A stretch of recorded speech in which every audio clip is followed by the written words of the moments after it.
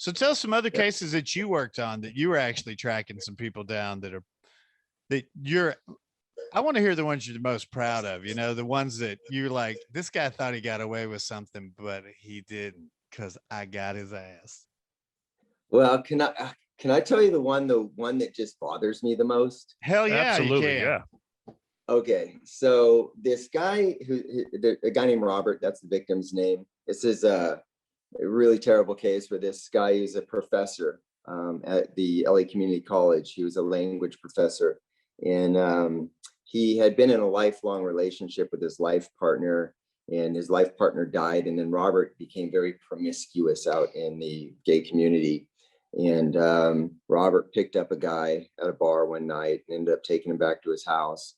And then Robert never showed up for work for 3 days. So work called his family and said, hey, we don't know what's happening. Robert hadn't showed for work. Can you go over there and do a welfare check? So his brother goes over to the house and looks around. Robert's car's gone. So he's assuming maybe he just left town, but there's lights on, and he doesn't have a key to the house.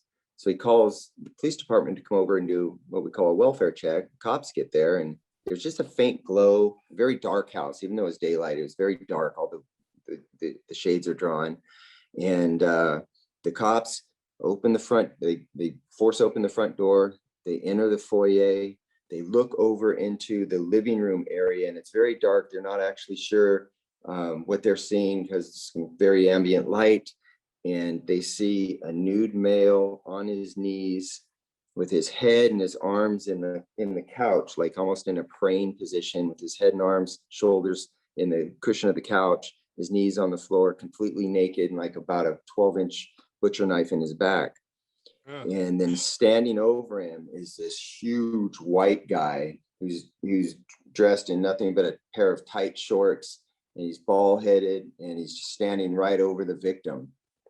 And the first cop is like, freeze, mother, freeze, and not exactly sure what they got. They see that there's a guy with a butcher knife in his back, and they're yelling at this guy, and he's not complying. He's just standing there looking at him with like this hard stare.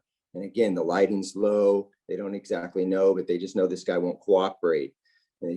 So after, a couple of seconds, they get their flashlights on him, and they recognize that it's this life-size cutout of Stone Cold Steve Austin. Really? What?